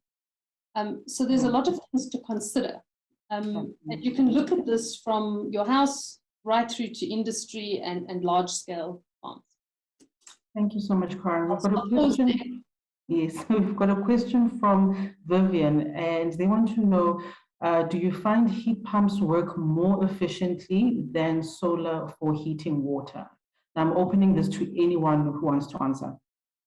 Heat pumps or solar for heating water? Karen, hey, do you want to tell them? I was just going to say, Clinton, do you want to tell them or shall I about what we're doing? You go first, Clinton. I've just finished speaking. No. It's a wonderful question. So, I mean, those are the practical issues that we need to understand, because you can turn sunlight into heat, you know, directly through a thermal panel into a geyser. You can put it into a PV panel that might go directly into an element. You can do it with a heat pump. Those have got very different operating costs, different risks. Heat pumps require, you know, maintenance and replacement. And so one needs to look at that. So we, for example, are partnered there with Suneti, with the Solar Thermal Lab. We've been working with Karen and team for the last sort of 3 years on that with international partners. And we're now proceeding with the next phase of that to create a Solar Thermal Lab where we'll be testing exactly those technologies and saying, okay, in a South African context, you know, with our equipment, our ambient heat conditions, what is the real operation and efficiencies and costs of these technologies? Doing that on a pilot scale on our campus in partnership with Suneti, and then being able to provide consumers with a choice and say, look, these are the different technologies. Depending on what you want to do, this is then what works best for you. Because if you're looking for high-grade heat, that's going to be a very different environment to looking to just raise heat to heat the water in my home to be able to bath and shower. So yeah, very practical R&D, looking then also to localize those technologies, because the beauty about what Karen's describing as well is that, you know, a lot of that is, and it's as simple as rocks in a box sometimes, and very, very simple technologies, very proven, that we can localize and manufacture very, very high levels of local content. So yeah, a lot of opportunity, and we're really delighted that we're partnering with Suneti on that project. Thanks, Karen. I'm sure I missed some important things.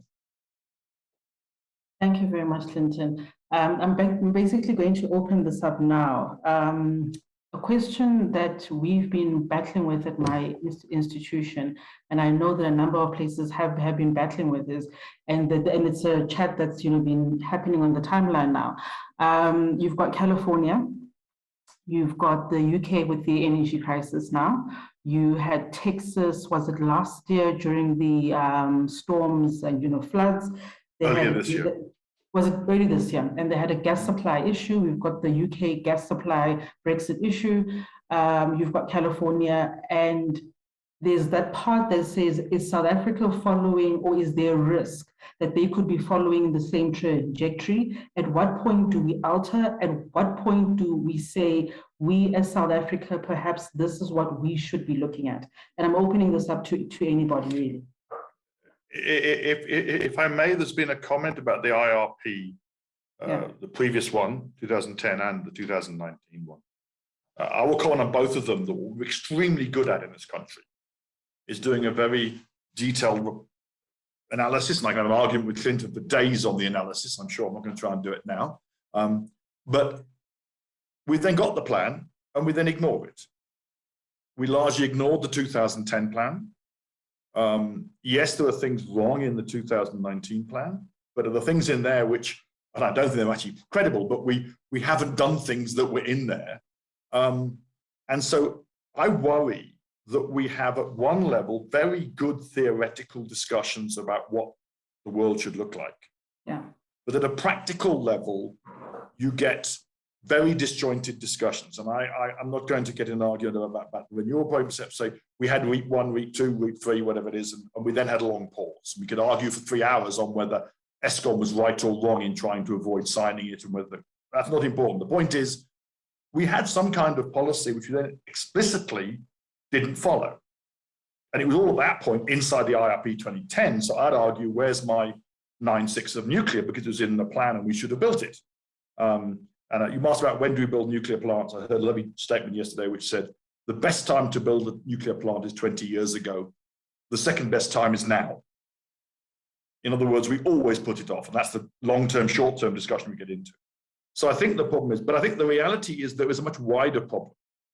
That if we look at the world, at the countries that have gone away from what I call the 1980s view in South Africa of how you do your grid system, and moved into the new mode, in the view that the new mode is going to fix their problems, they've almost universally not done so. They've almost universally ended up with worse CO2 emissions profiles than the countries that have done the old-fashioned routine. And they've ended up with bigger grid problems than the old. And they've all said, it's a short-term problem, it'll go away. They've all said that. So you look at the US and you look at the fact that being the regulated and deregulated states, there is almost no difference in price. Some are more expensive, California is more expensive. But also, the Americans stopped deregulating in 2000. They did no deregulation post-2000 because they suddenly realized with California that to walk back some of it back. There was something. So I think I'm worried that at a central theme, I have a vision which says that we have a utility systems that we provide, and we have a free market commodity things that are established. So telecoms used to be a utility. It was an enabler for the economy. It's now a commodity. Technology has changed on the cell phone in the mobile. Airlines, similarly, there used to be a state airline because the airline had to be there because nobody else would fund a national airline. That's clearly untrue. You can now get, you don't. I believe the belief that the power industry has moved into the totally free market situation is fundamentally flawed. I can go, and I think that's the trouble I've got. And I heard the comment from Carwin, who said you shouldn't go off grid because it's good for the grid and for you to be grid tied. I disagree with Carwin. Hogwash. That means at the evening peak, everybody is trying to draw power out of the grid. And we have a situation in California, for example, which is mentioned before, but also elsewhere in the world, that California is well known, that over half the days of the year, the grid price of power wholesale goes negative for a limited period. That's a market failure. And it's distorted by the fact people say, no, we must, because the value of the energy is not the value of the commodity, of the utility. I'm paying £3 a unit for the light that's keeping me alight now. 40 cents of that is for the coal. £2.60 is to make sure when I turned the light switch on, it came on. Batteries are the great new future. We still use lead acid batteries. They are still the lowest cost battery storage for your motor car starting system.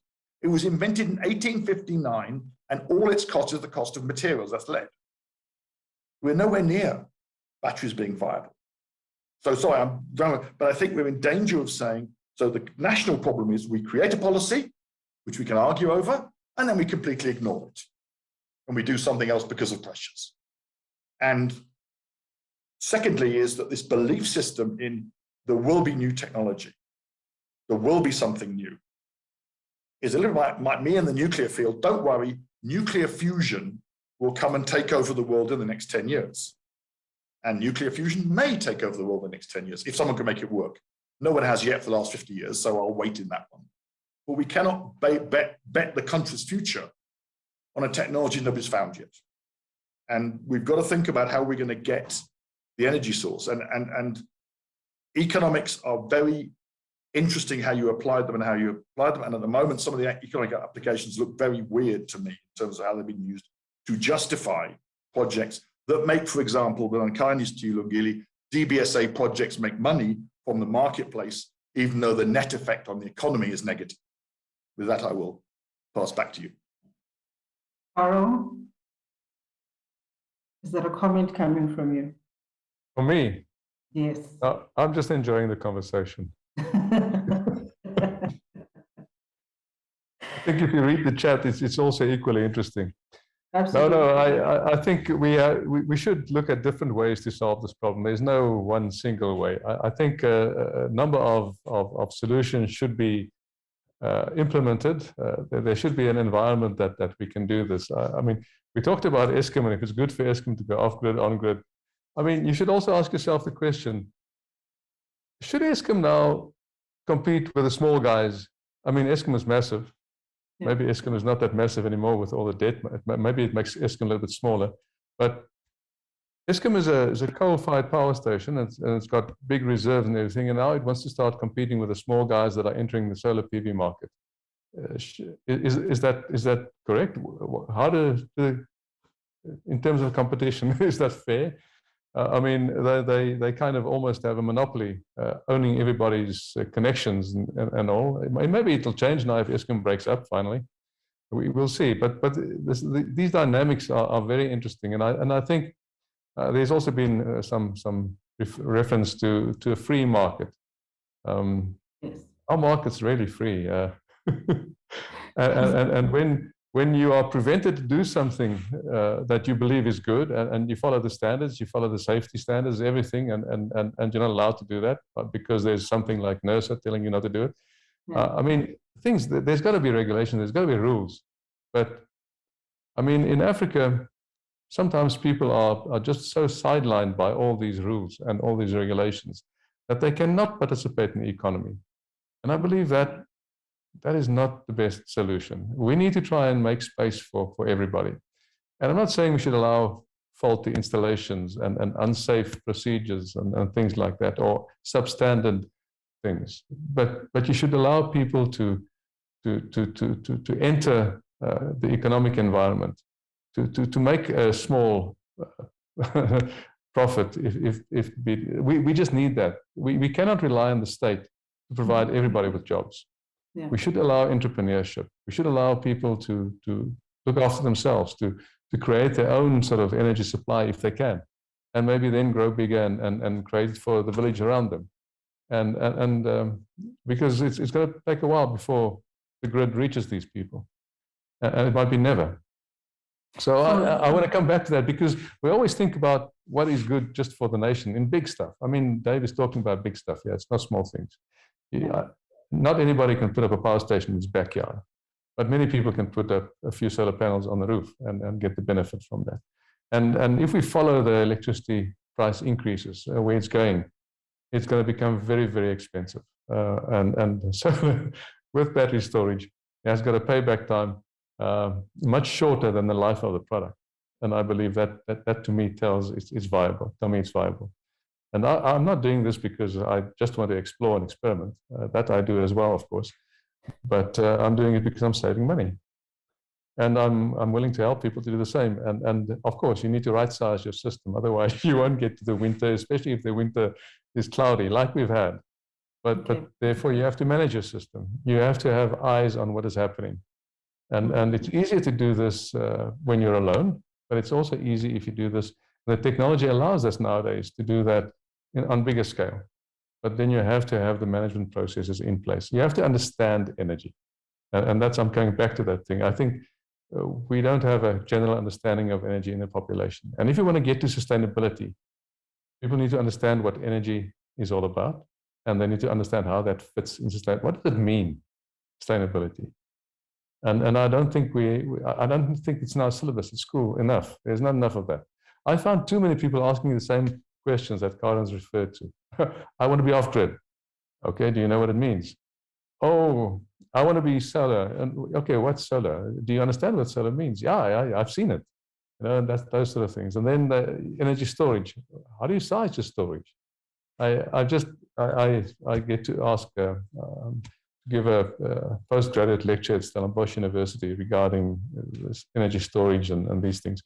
I start with a hamburger because a double Big Mac contains 19 megajoules of energy. And your body needs energy to sustain your activities daily. 3,000 calories. That's what your body needs. So I start with that so that it becomes personal.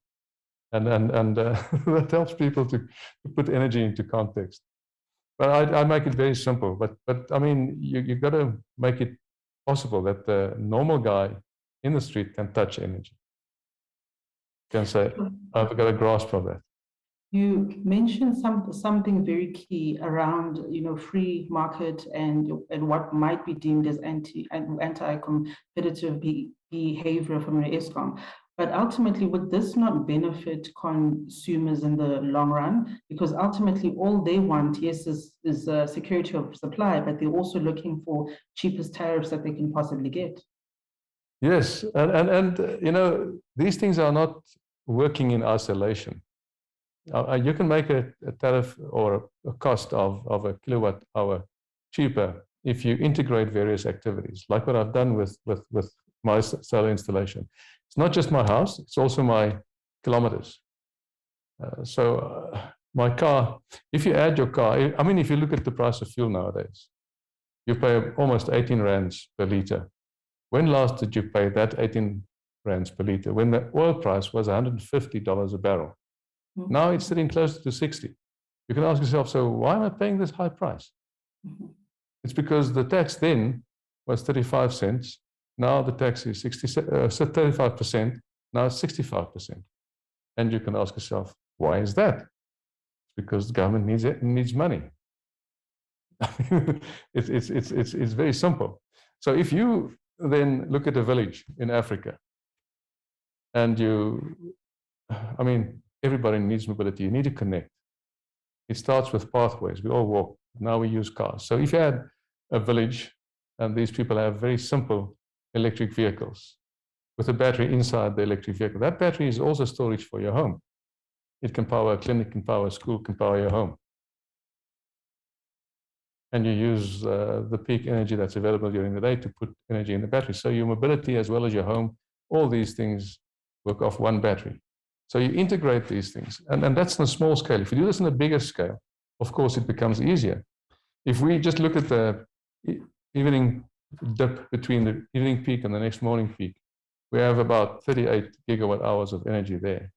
That's enough energy to recharge the batteries of a fleet of 2 million vehicles, each driving 50 kilometers the next day. If you do that, I believe Eskom can reduce the price of electricity.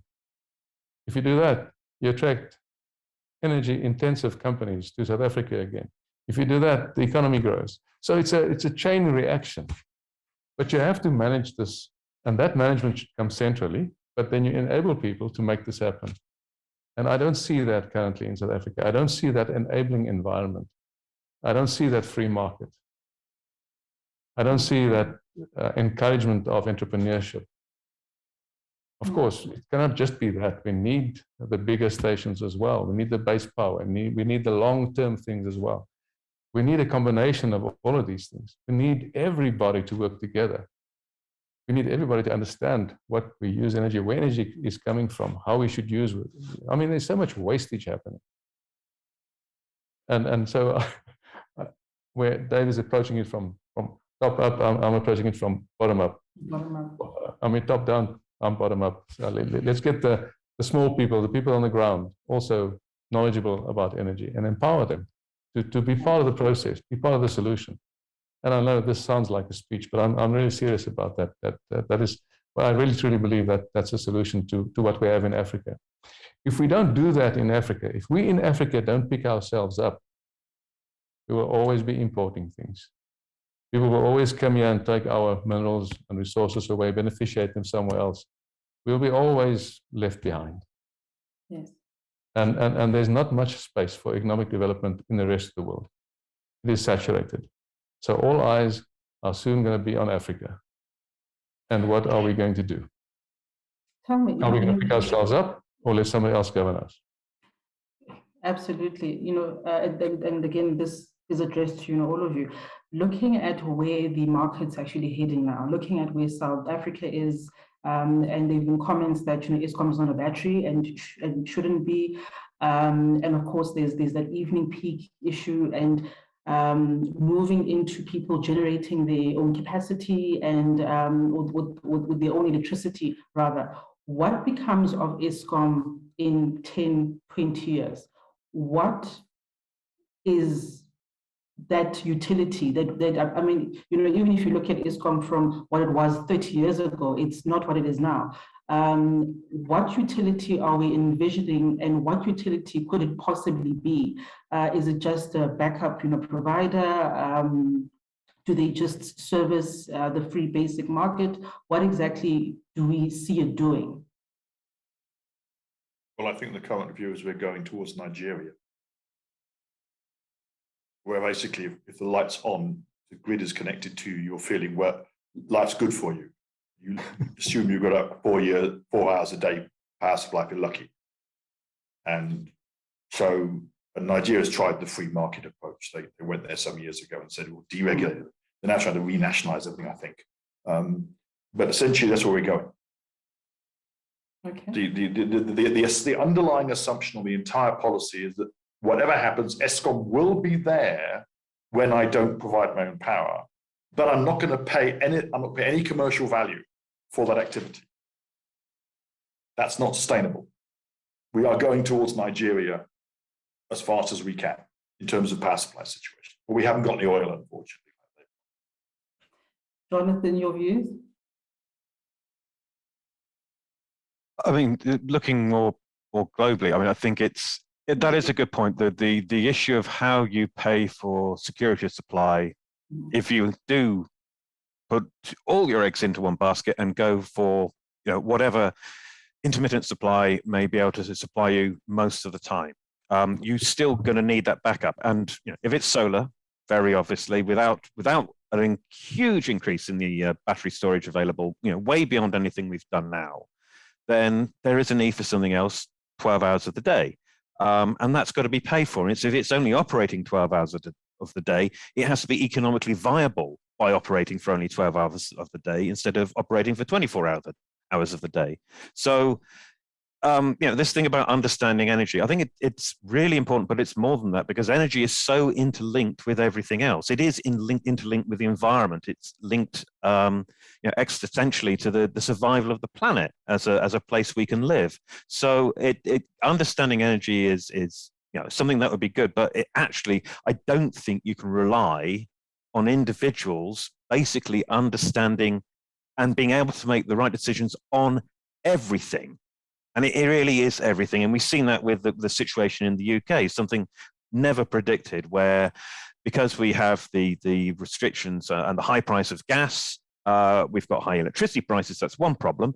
But the other problem is now that fertilizer plants aren't operating because the gas they would use is too expensive for them to operate economically. Because they're not making fertilizer, they're not producing CO2, and that CO2 is used by the food industry in food preparation. So we are now facing food shortages by the end of this year because of the availability of gas for power. And that is an interlinked thing, which I don't think you can expect anybody to understand. So that bottom-up approach is good, but there has to be a recognition that there are global problems, and not everybody is going to be the president of the world and come up with a unified policy, all of them agreeing what we should do as a planet collectively.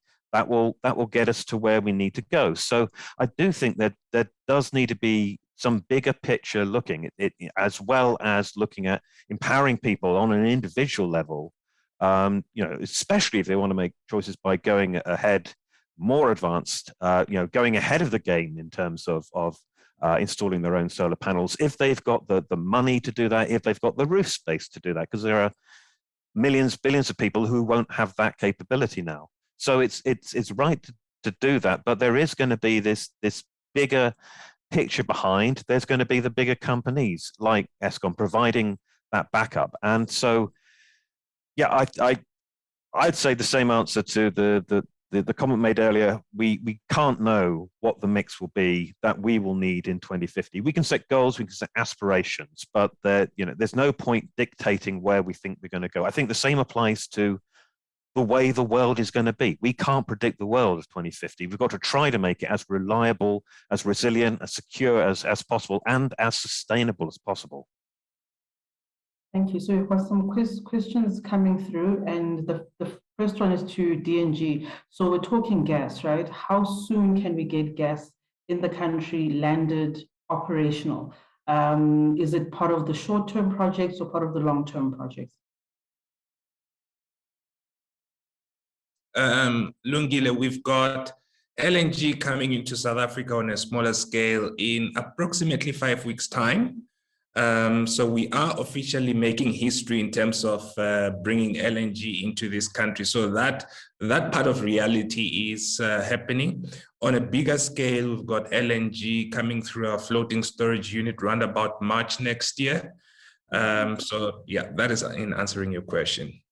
So when can we start seeing these gas to power plants and the possible conversion of Eskom's fleet as well? Look, Eskom has gone out on inquiries in terms of changing some of their fleet. They've advanced quite far down the line in terms of converting those or procuring gas to be able to convert those. In terms of large-scale power projects, obviously that is dependent on the IPP office procuring. However, in terms of our own initiatives, we've got a small-scale gas-to-power plant that will be coming on stream before the end of the year, next year. Perfect. Thank you very much. And as we prepare to wrap, I'm going to ask each person just a minute to give us your closing remarks. I'll start with you, Karen. Well, it was a privilege to be part of this discussion. Yes. Sorry, was it Karen? I should have said Karen. But okay, Karen, go ahead, Carl. Please go ahead. Okay, no, thank you for being part of this discussion, and it was great to hear every one of you. And I do believe it is a joint solution that we are looking for. There's no single solution, and I hope we can make it happen, because if we don't, the future is bleak. Thank you. Thank you so much. Karen. Thanks. It's discussions like this that give me hope in the human factor, because it means people are thinking about these things. Too often I sort of sit in a corner and think, the zombie apocalypse is coming. Am I the only one that's seen it? And how are we going to get through this? And the fact that these things are being thought about, are being discussed, and that we have experts in the field right across the space, not only technical, that can give the kind of inputs that do go into making up policy documents, policy informing documents, and even from the bottom up, just the guy in the street to understand, what is it that I need and how do I get what I need? Ultimately, I still believe pretty much that money makes the world go round. And so all of these things have cost implications in terms of the directions that we're going to choose. And I say directions because it's not just one. There will be directions that are different fits for different spaces. But do we have the economy to pay those costs? And that, I think, is something that is going to be key. And those costs would include things like the human factor in terms of people's intellect and skills. So again, I feel like it comes back to people. So I'll leave it there. Absolutely. Thank you. And Clinton, your closing remarks. Thank you. I totally agree. It all comes back to people, and today's comments around implementation, it's just so true. We can have the very best policies, we can have the best plans, we can update them every 6 months, but if we don't act on our decisions, and where we see opportunity to implement, and it doesn't have to be perfect. You know, one doesn't have to have perfect foresight, and one doesn't have to have perfect plans, but one does need to make decisions, and one needs to be suitably bold. And a big part of that is taking people with in terms of the education. And the question of where do we see Eskom in the future? I mean, I see a bright future for Eskom, but it's a very different future, and it's for different parts of Eskom. I mean, Eskom will decommission its coal fleet over time. I think Eskom, with a lot of partnering and support locally and internationally, will transition that into new different types of clean, sustainable energy. And it's going to have a far larger power generation fleet than it does today. And it could be generating great incomes for the economy in terms of also connecting clean, renewable energy sources that are taken into P2X export markets into the likes of Japan and Europe. So I see the opportunity for Eskom to drive the economy, to create new markets, new exports, by being its connecting role and to be the last mile, and to be connecting people, and the role of municipalities and Eskom's role in the likes of off-grid infrastructure, and to complete universal access, and to get energy, clean energy, affordable energy to everyone, and then of course into the broader continent. So there's a lot of great opportunity for Eskom, but these need to be homegrown solutions. We're not going to implement what California has done or Australia have done. We're going to implement our own homegrown solutions, as we've done with the likes of RE, and people like Carl, will lead and show an alternative way forward, and so it will scale. I mean, we've done those studies, not just at the domestic level, but at multi-gigawatt industrial parks. Everyone has the same challenge. Should we go off the grid? Our answer is no. Carl, we'd prefer you to stay on the grid, but we understand why in certain cases it makes sense to go off the grid, and you need to price that. We're not going to pay the same tariff structure today. We're not going to pay, 2 Rand a kilowatt hour all in energy and think, well, if I put PV on my roof, I'm saving 2 Rand a kilowatt hour.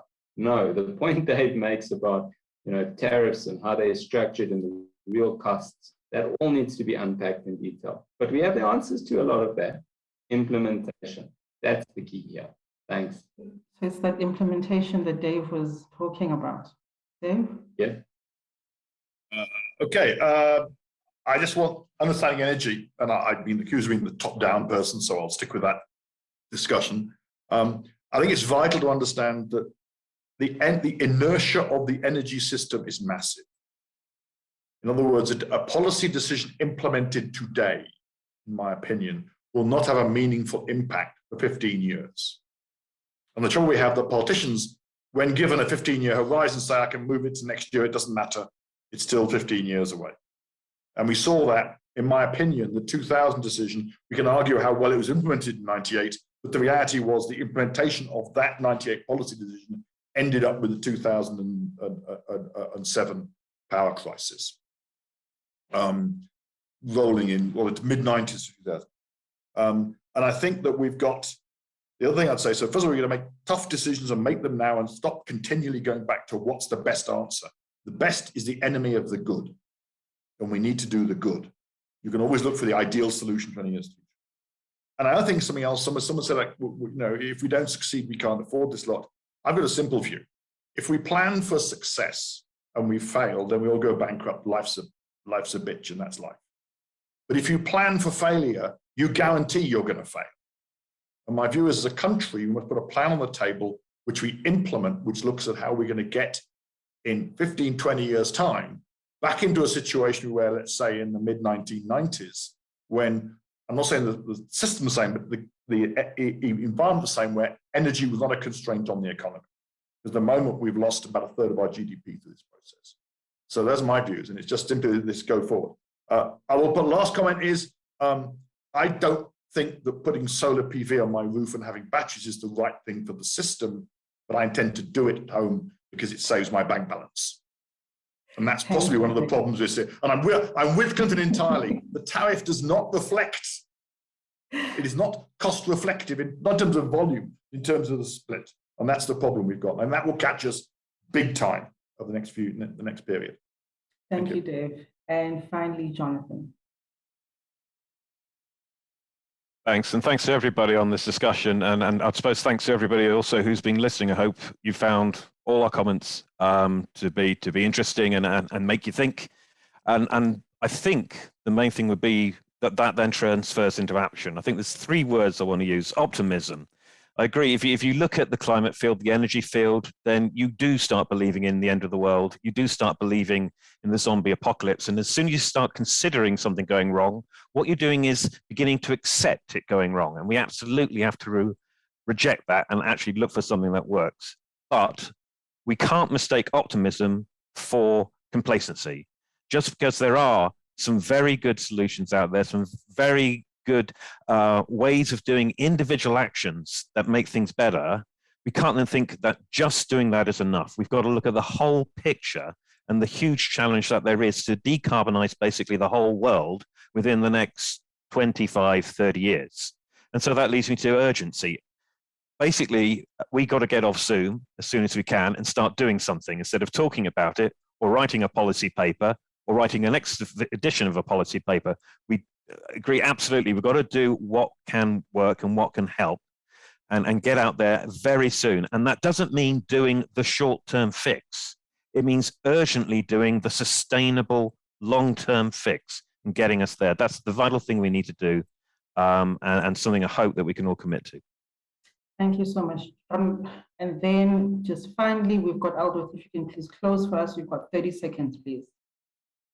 Let those who are better equipped to do what they are supposed to do it. You are not a power generator. So let Eskom do their work, but help them fix their position and play a role in being a sustainable contributor. Let's drive them back to a sustainable tariff using all these mixes of energy in order to make sure that we grow our nation, which is supposed to be an industrialized nation, which needs cheap power and lots of it. And that way we can empower everyone. So if you become your power generator, that guy that can't afford the solar panel means that you're leaving him out. So if we can drive it in a sustainable manner, we all win. And I want to thank everyone today for participating in this insightful session. I, for one, has learned a lot. And I am sorry, I drive a V12, a W12. So I guess I have not yet repented, but yeah, I appreciate those who have gone EV. Thank you so much, everyone. Thank you, everybody. I've had a wonderful time moderating this panel. I hope you got a whole lot more than what you were looking for. And until next time, thank you. Thank you so much.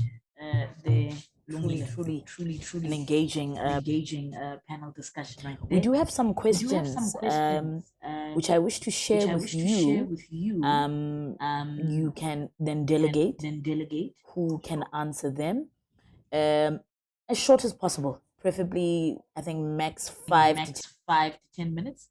But I'm going to read out the questions that the participants have posted on our virtual platform. The first one is from Vivian, who then says, do you find heat pumps work more efficiently than solar for heating water? Yes, no, that we answered earlier on. Oh, you did? Okay, fantastic. Yes. Then we have Adele, who says, how long does a solar plant last and how much does it cost to replace its batteries included? Solar plant utility scale. Because I hear batteries there.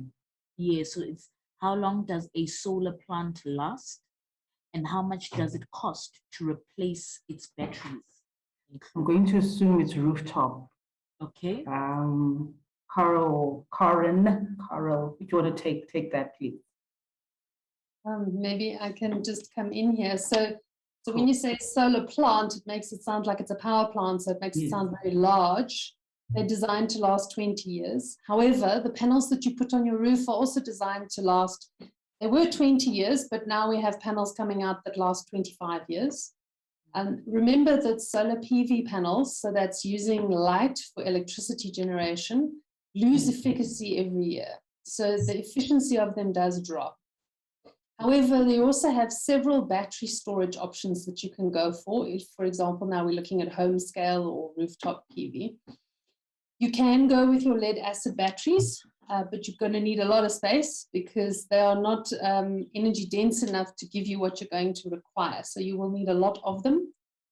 They're like your car battery. So depending on how much you use them, how many cycles, 3 to 5 years if you're lucky. 5 years is the long-term one.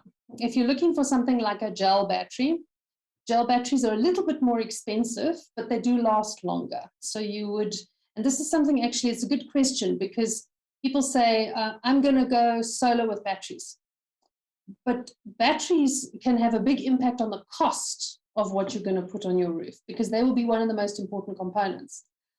And so if you go for something like a lithium-ion battery, which is really expensive, but it has a 15-year lifespan, you have to do your calculations and say, well, if I'm going to put 25,000 Rand down on this 100 ampere hour battery and it lasts me 15 years, then that might make financial sense for me. But do I have the 25,000 to put down? So there's all these things to consider when you're putting something like this on. But ultimately, lithium-ion is about 15 years. The gels sort of 7 to 9 years, and the lead acid's about 3 to 5 years, depending. I think the other part of that was around the costs, average costs. Now I'm going to assume, I don't know, like a medium house, like a suburban medium house. Okay. Was that? Oh, Carol, please go ahead. Let me know. Carol. Yeah, look, it depends on how you size your system, but I would say average house consuming about 15 kilowatt hours to 20 kilowatt hours of energy will cost you anything between 150 to 250,000 Rand. Also depending on the battery storage and how you size that. I've got a lead acid pack that is now lasting me almost 12 years, but I have oversized it and the cycle is not deep. So therefore, I can get many more cycles. So it just depends on how you manage your system. It is not a quick decision. It's not a 2-second explanation. And that's why I'm saying you need to understand what the technology can do for you and then find the best way for you to use that technology. I'm planning to drive my electric car 20 years. For instance, and that is based on experience I had with previous batteries and previous cars and things. So it's not just a thumbsuck thing. It's I believe I can achieve that. But then I must tell you, I managed it very carefully. So I've got old solar panels here as well. I've seen how far they've lost but they're already 20 years old and they're still working. I don't get full capacity out of them, but they're still working. I have some backsheet issues, but you can manage that as well. It just depends on your knowledge of the system and how you use it. The average guy would not get that. But if the average guy gets information, he'll get that. And that's why it's important to understand these things. I'm just an average guy with a little bit of knowledge. I've studied and I've read about these things, and I had good people train me. Thank you, Carol. Thank you so much, Lungile. Thanks for the sake of time. I'm going to leave it at that. However, please do allow me just to read some of the questions and comments on the chat, and then our speakers, you're more than welcome to answer that on the virtual platform. Of course, most of you should be registered, if not all, and you'll just see the questions on the chat. But I'm just going to raise them just so that everybody is cognizant of what's being written here. We have Jared who's saying, how many companies produce renewable technology in Africa? If none, will large-scale plants not take revenue out of our GDP?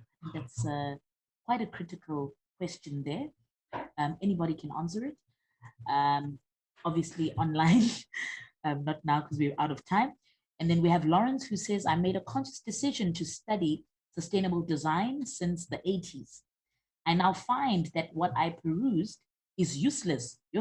Yeah, no, Lawrence is upset, because there are organizations that now want to control this industry, and to belong, you need this course and that course. Some of us just prefer to provide solutions than showing a page. Very interesting. Lynette has commented to say, thank you for a great discussion. Zanele says, great discussion. And we have Adam that says, what a great discussion. Carol rocks. So Carol, you rock. And everybody else. So thank you so much, ladies and gentlemen. We truly, truly appreciate the discussions that have been had. Very much thought-provoking, particularly one of the panelists just said that we need to commit to long-term strategies urgently and not focus on the short term, which is taking so much time. I think that was a great way to conclude the discussion. Lungile, you've been a great facilitator. Thank you so much for your time, and thank you to your panelists as well. Thank you.